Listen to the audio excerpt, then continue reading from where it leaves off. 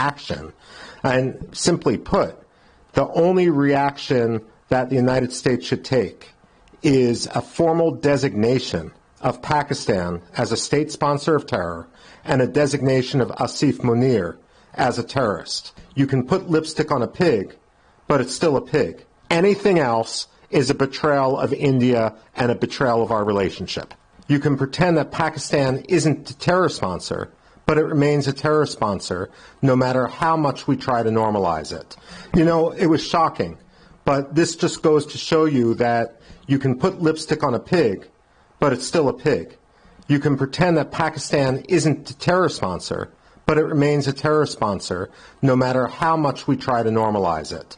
As for the timing, just as there was a terrorist attack when Bill Clinton went to India, so too does it seem that Pakistan wants to draw attention away from Vice President J.D. Vance's trip to India.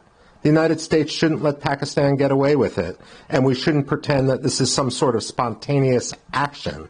And simply put, the only reaction that the United States should take is a formal designation of Pakistan as a state sponsor of terror and a designation of Asif Munir as a terrorist. The only difference between Osama bin Laden and Asif Munir is Osama bin Laden lived in a cave and Asif Munir lives in a palace. But beyond that, the two are the same, and their end should also be the same. Right.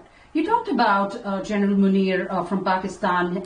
I'm sure you must have seen his speech about Kashmir being Pakistan's jugular vein. A warning sign clearly, out in the public domain. What indications point to cross-border involvement from the Pakistani side when we see that speech?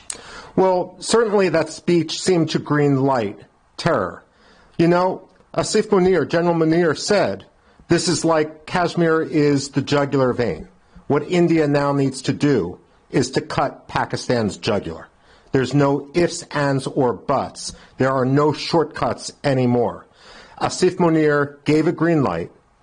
We know that Pakistan is home to myriad terrorist groups, from Lashkar-e-Taiba, Harakat al-Mujahideen, many, many others. And unfortunately, because of a lack of concerted counter-terror action, because Pakistani diplomats are playing the West for fools, we now have an expansion of the problem, not only in Pakistan, but frankly in Bangladesh as well.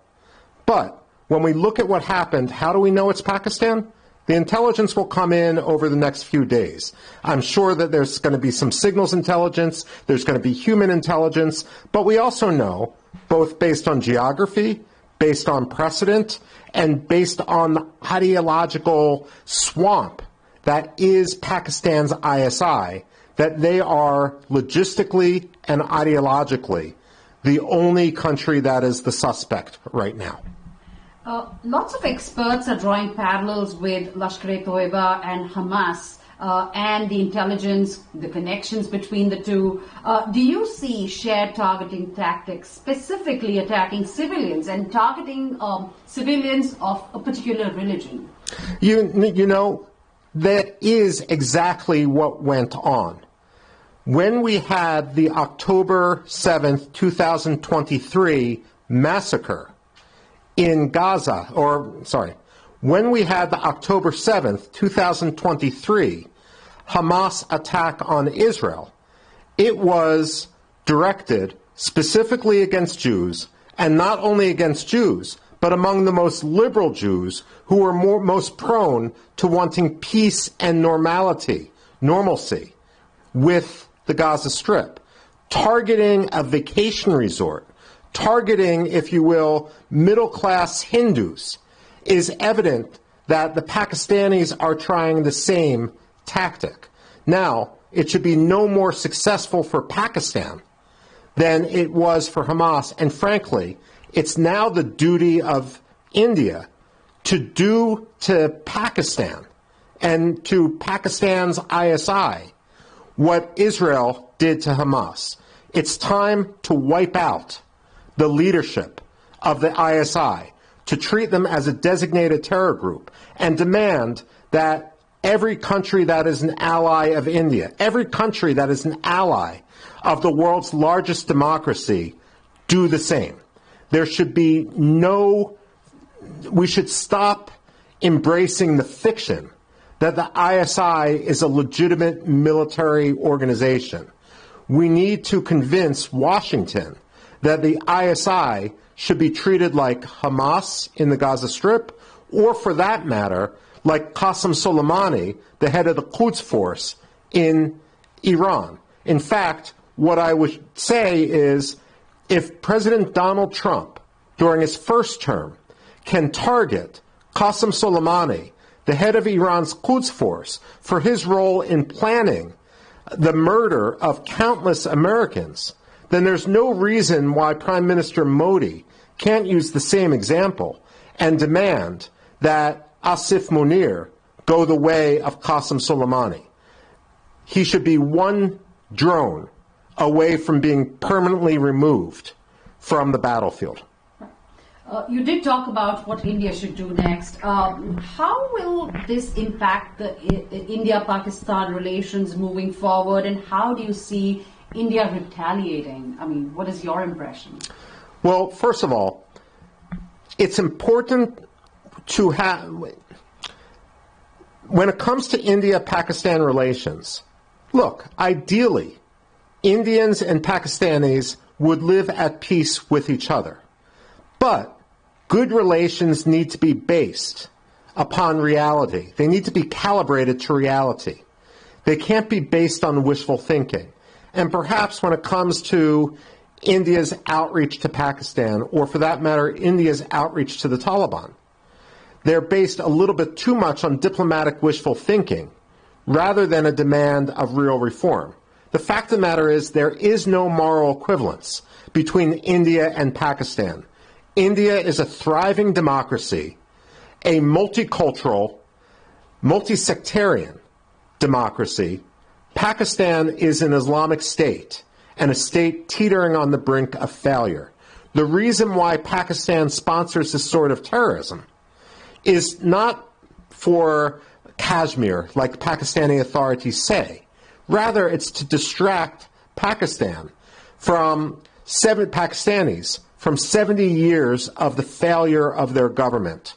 And the way I used to explain it when I would teach for the U.S. military is if only 10% of Indians or 15% of Indians were educated and middle class, that would still be greater than the entire number of Pakistanis. And when I've been in Pakistan multiple times, including at the National Defense University in Islamabad, what I see is an obsession with India, which isn't matched when I'm in New Delhi. New Delhi wants the best possible life for Indians. They want their economy to thrive. Pakistan is obsessed with the outsider because they know that deep down they are a hopeless case. Right. You did talk about, the problems that Pakistan has been facing for the last 70 years. Is Pakistan really using this incident to deflect or derail from its domestic problems, which are plenty? Well, Pakistan's not unique in this. Many countries will try to precipitate a conflict in order to distract their public from their own failing. What's essential then is that India raise the cost of this sort of tactic so that Pakistan will not make the same mistake twice. The fact of the matter is, while many people compare what happened in Kashmir with what happened with Gaza and Israel, the fact of the matter is, if India doesn't punish Pakistan and the ISI severely, then you're going to have a mass casualty incident that isn't numbered in the dozens, but is numbered in the thousands, such as we saw in Israel. It's essential that India step up without any sort of it's essential. 3, 2, 1. 3, 2, 1. When Iraq invaded Kuwait, Margaret Thatcher said to George H.W. Bush, "Don't go wobbly on me now, George." She understood that if there wasn't firm action in response to Saddam Hussein's aggression against Kuwait, that it would unleash a deluge of similar aggression elsewhere. Right now, Prime Minister Modi should be saying to President Trump, "Don't go wobbly on me now, Don." Now, could this attack's timing also relate to Pakistan's recent FATF grey list removal? What do you have to say on that? Absolutely. Look, the problem with removing Pakistan from the FATF grey list is the removal was based more on a desire to diplomatically please Pakistan, to appease Pakistan, than it was based on the facts of the case. And this is the thing, unless you calibrate your policy towards reality, you're going to get burned. And the international community, diplomats involved in the FATF designations, may want to have a nice cocktail party with their Pakistani counterparts, but this sort of virtue signaling in which they try to appease Pakistan, it only gets people killed.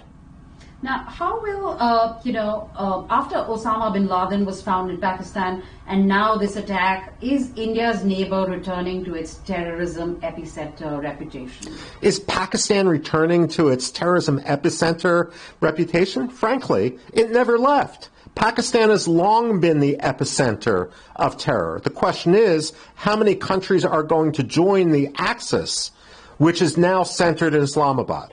It is safe to say that if there is a new axis of evil, its headquarters are in Islamabad. Has the U.S. intelligence community identified likely perpetrators? And what's your take on President Trump promptly condemning this attack? And how do you see President Trump going forward, handling this situation in terms of the India-Pakistan issue? Well, let me put it this way. If the United States knew about this attack in advance, we would have done everything possible with our Indian counterparts to counter it. So right now I suspect the same thing is going on in the Central Intelligence Agency headquarters as is going on in New Delhi, and that is to look at what they missed and try to assign blame. And the list of suspects is actually pretty short. That said, what's the second part of your question? Sorry. Talking about how would Trump handle this going forward? Okay. How would Trump handle this going forward? That's really the test. Over decades and across administrations, the United States and India have been developing closer ties, closer relations. But this really is the test. If Trump isn't simply virtue signaling, if he isn't simply trying to be polite, there really is no ifs, ands, or buts. Prime Minister Modi must tell Donald Trump, designate Pakistan and designate Pakistan today. Anything else is a betrayal of India and a betrayal of our relationship.